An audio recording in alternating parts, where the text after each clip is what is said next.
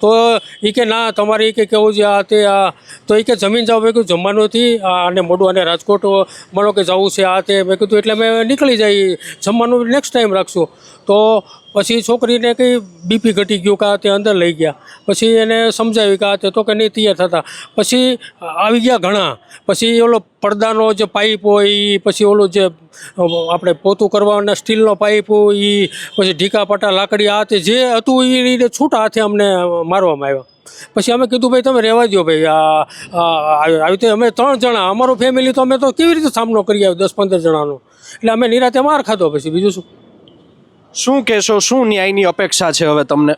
હવે તો અમારું તો એવું છે કે જે મારી પુત્રવધુ છે એનું જે અપહરણ થયું એ અમને મળી જાય, એ સેફ હોય. એ અત્યારે તો એની ચિંતા છે કે ભાઈ એનું શું થયું છે, અમને એટલા મારવામાં આવ્યા. તો અમને ખરેખર ન્યાય મળે. કોઈ પોલીસ અધિકારી, કોઈ એવા આમાં લાગુ પડતા અધિકારીઓ અમને ન્યાય અપાવે. બીજું તો અમે શું કરી શકીએ?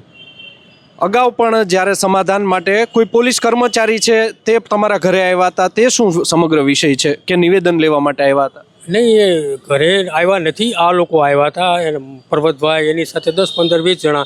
છોકરીને 2-2.5 કલાક મને ભાઈ તમે આવી જાઓ. તો કે ના ના મારે નથી આવવું, હું આવીશ ત્યારે યશની સાથે જ આવીશ.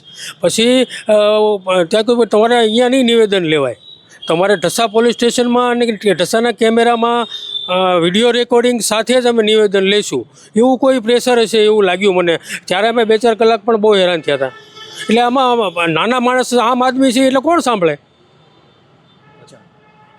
તમારા જે સસરા છે શું છે તેનું નામ ને શું કરે છે તેઓ? એમનું નામ પર્વતભાઈ ખોડાભાઈ મોરડિયા છે. એમને સિહોરમાં એ સ્કૂલના ટ્રસ્ટી છે, વિદ્યાપીઠ વિદ્યામંજરી, એ ત્યાંના ટ્રસ્ટી છે. કેવા પ્રકારની હાલ તમને દહેશત છે તમારા વાઈફનું? તમે જે રીતે આક્ષેપ કરો છો અપહરણ કરવામાં આવ્યું છે, કેવી દહેશત છે? એટલે એ લોકો જે હતા એ બધા એવા જ લાગતા હતા. બધા એમ જ કીધું કે મારી જ નાખવાના છે, આજે મારી જ નાખવાના છે. એટલે એ કે તમને અને એને એ કે છોકરીને પૂરીને એને પેલા ટૂંક તેડીને રૂમમાં લઈ ગયા. ન્યા મારી બહાર આવીને વાળ પકડીને એને મોઢામાં રૂમાલ નાખી દીધો. ચીસુ નાખતી હતી, મને ચોંટી ગઈ. મારા મમ્મીને મારતા હતા તો એ મારા વાઈફ એને બચાવવા ગયા, એને ચોંટી ગયા તોય એને મારા વાઈફને માર્યા.